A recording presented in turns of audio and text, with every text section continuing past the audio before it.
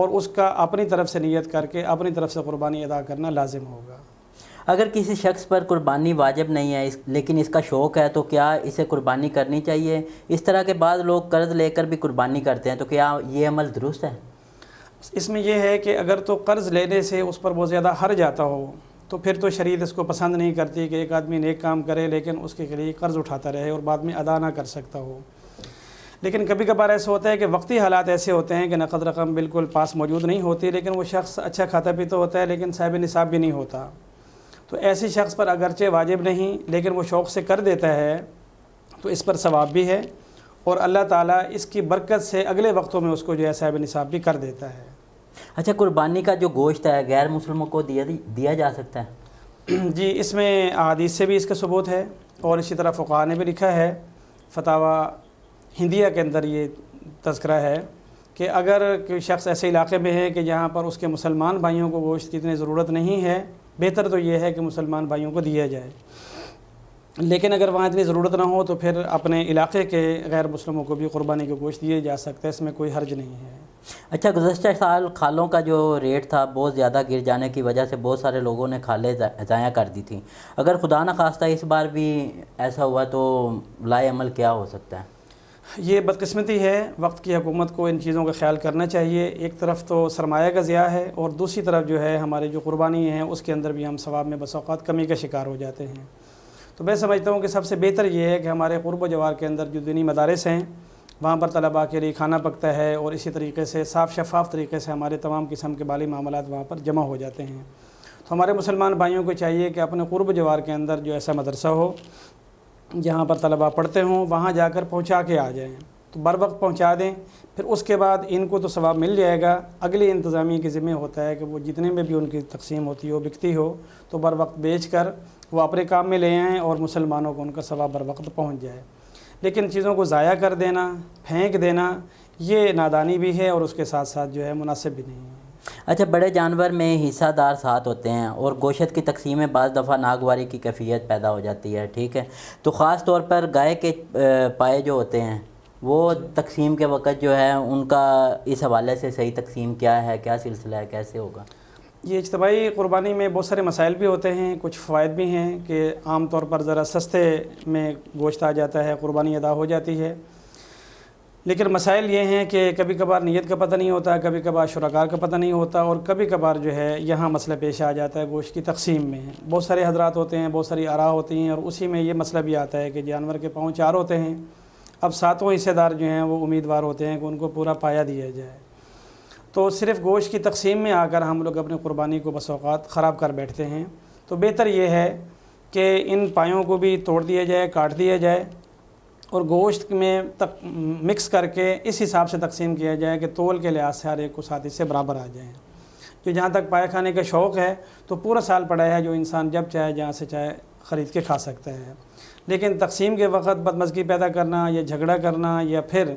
شرما شرمی جو ہے وہ کسی کو دے دینا یا لالچ کر کے مانگ لینا، یہ سارے ایسے نامناسب رویے ہیں کہ جو ہمارے ثواب کو کم کر دیتے ہیں۔ اچھا، آگے سب سے جو ہے اہم سوال ہے کہ کیا سود کمانے والا جوئے کی رقم جو کرنے والا جو شخص ہے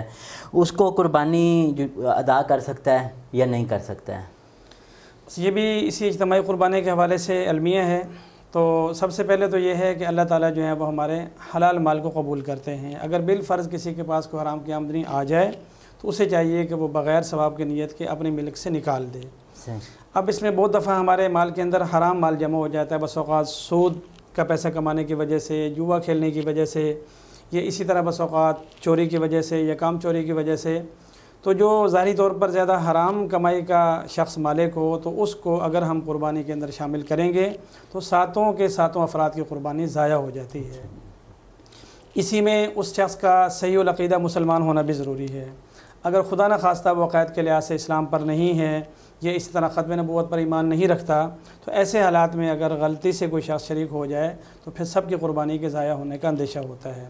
سب کی نیت خالص ہو، اللہ کی رضا کی ہو، قربانی کی ہو، کمائی حلال کی ہو،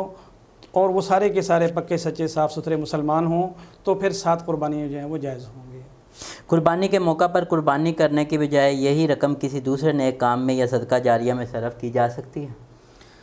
بس یہ اس وقت جو ہمارے متجددین ہیں وہ ہر ایسے موقع پر آ کر اس قسم کی مباحث شروع کر دیتے ہیں کہ جی یہ بھی ہو سکتا تھا، وہ بھی ہو سکتا تھا، جب بھی کوئی نئے کام ہو، حج کا خرچہ ہو یا قربانی کا خرچہ ہو،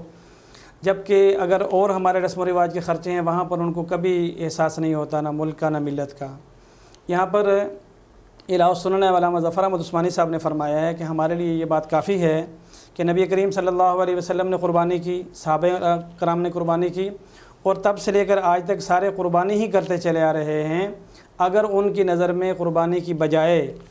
صدقہ خیرات کرنا بہتر ہوتا یا مناسب سمجھا جاتا تو اس پوری تاریخ کے اندر اس قیاس کا ثبوت ہوتا، لیکن انہوں نے اسی عمل کو ہی ترجیح دی، اور احادیث میں بھی آتا ہے کہ جو شخص قربانی کی طاقت رکھتا ہو تو وہ قربانی کرے، اور اگر وہ ایسا نہیں کرتا تو حضور نے فرمایا کہ پھر ہماری وہ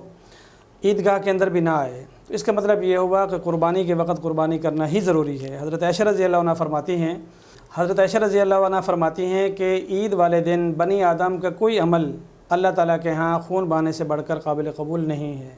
اس لیے یہ بات طے ہے کہ جب قربانی ہے تو پھر قربانی کرنا ہی ضروری ہے، اس کے متبادل کوئی نیک عمل جو ہے وہ قابل قبول نہیں ہوگا۔ اچھا، قربانی کے لیے کس قسم کے جانور جو ہیں وہ ہونا چاہیے؟ اس کا وہ کہتے ہیں نا کہ سینگ ٹوٹا ہوا ہے یا ایسے ہیں، کچھ لوگ آج کل جو ہیں کہ سوشل میڈیا پہ دیکھنے آ رہا ہے کہ بھینس کا بچڑا جو ہے کٹا جس کو کہتے ہیں، یا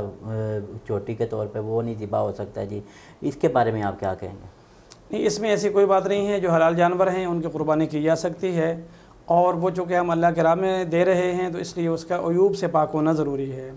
اب اس میں گائے ہے، بیل ہے، اونٹ ہے، بکری بکرا ہے، جتنے بھی جانور ہیں سب کی قربانی جائز ہے، اور اس میں کوئی حرج والی بات نہیں ہے۔ البتہ اگر وہ عیبدار ہے اور اس کی ٹانگ ٹوٹی ہوئی ہے، سینگ ٹوٹے ہوئے ہیں، یا ایسے کوئی دانت ٹوٹا ہوا ہے تو پھر وہ اللہ کے راہ میں قربانی کرنا جائز نہیں ہوگا۔ اس میں بس اوقات ہمارے ساتھ منڈی میں جا کر دھوکہ ہو جاتا ہے کہ وہ لوگ رات کے وقت میں سودا کرتے ہیں یا کسی ایسے وقت میں، تو قربانی کو دیکھ بھال کر لینا چاہیے، اور اگر کہیں شک شبہ ہو تو قریب کسی عالم یا مفتی کو بلا کر دکھا دینا چاہیے کہ یہ جانور ہے، یہ اس کی صورتحال ہے، آیا قربانی میں لگ جائے گا یا نہیں۔ بڑی مہربانی حضرت صاحب، آپ ہمارے پروگرام میں آپ نے شرکت کی، اور انشاءاللہ آئندہ بھی آپ کو ایسے موضوعات پر گفتگو کے لیے بلاتے رہیں گے۔ ناظرین، ہمیں پروگرام کے آخر میں اجازت دیں، اللہ حافظ۔